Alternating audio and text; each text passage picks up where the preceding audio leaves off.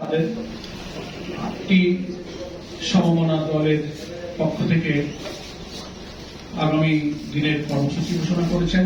একটা প্রশ্ন অনেকেই করছেন এখন যে আমরা সবাই জুলাই জাতীয় সনদে 17 তারিখে সবাই স্বাক্ষর করেছি।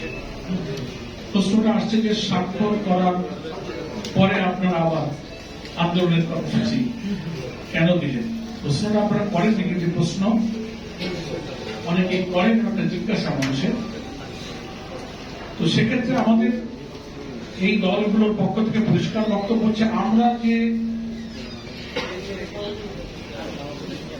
জুলাই সনদে স্বাক্ষর করেছি এটা জুলাই চার্টারের যে সমস্ত সংস্কারমূলক প্রস্তাবে আমরা সবাই একমত হয়েছি, স্বাক্ষরের মধ্য দিয়ে সেই সংস্কার প্রস্তাবের ব্যাপারে আমাদের একমত প্রকাশ করেছি। কিন্তু এখন কাজ বাকি হলো এগুলোকে একটা জুলাই সনদ বাস্তবায়ন আদেশ জারি আর এটাকে আইনি ভিত্তিতে একটা গণভোট করতে হবে, তারপর জাতীয় নির্বাচন। এখন এই দুইটা কাজ তো জুলাই সনদে অন্তর্ভুক্ত নেই।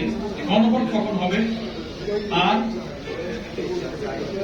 এর যে জুলাই সনদ বাস্তবায়নের যে আদেশটা কখন হবে, এই দুইটা জায়গা জুলাই সনদের অন্তর্ভুক্ত করে লিখিত নেই বলে অনেকেই প্রশ্ন করছেন যে আপনারা যে করলেন এটা যে বাস্তবায়ন হবে, কবে আদেশ জারি হবে, কবে গণভোট হবে, এটা নিষ্পত্তি তো এখনো হয়নি।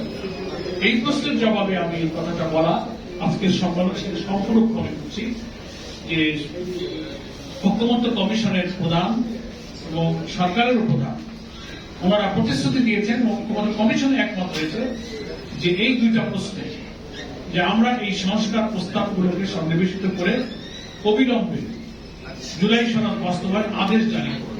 লিগাল এক্সপার্টরা অনেকগুলো প্রস্তাব দিয়েছিলেন, কনস্টিটিউশনাল অর্ডার এবং নানান অর্ডারের চিন্তা হয়েছিল, কিন্তু লিগাল এক্সপার্টরা বলেছেন জুলাই সনদ আদেশ একটা জারি করতে হবে। জুলাই সনদ বাস্তবায়ন আদেশ এটি অপেক্ষাকৃত আইনের দিক থেকে পাওয়ারফুল, সেটা যেন অবিলম্বে করা হয়, যেটা আজকের বক্তব্যে বলা হয়েছে যে এটা অবিলম্বে বাস্তবায়ন করতে হবে এবং নভেম্বরের মধ্যে গণভোট দিয়ে এটা আইনি ভিত্তি দিতে হবে, তারপর জাতীয় নির্বাচন।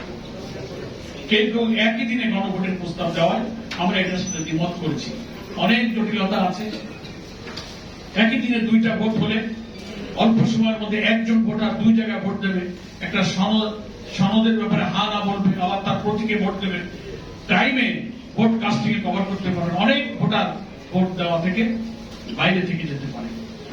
দ্বিতীয় প্রবলেম হতে পারে যে বাংলাদেশে কেয়ারটেকার হোক আর যতই সুষ্ঠু পরিবেশে নির্বাচনের চেষ্টা করা হোক, ইতিহাস বলে যে একটা বড় নির্বাচনে কোন কোন ভোট কেন্দ্রে ছোটখাটো কিছু দুর্ঘটনা, সহিংসতা, হানাহানি, মারামারি, আহত, দুই চারটা কেন্দ্রে ভোট বন্ধের ঘটনা কিন্তু ঘটেছে সব নির্বাচনে। যদি এই নির্বাচনে এমন কোন ঘটনা ঘটে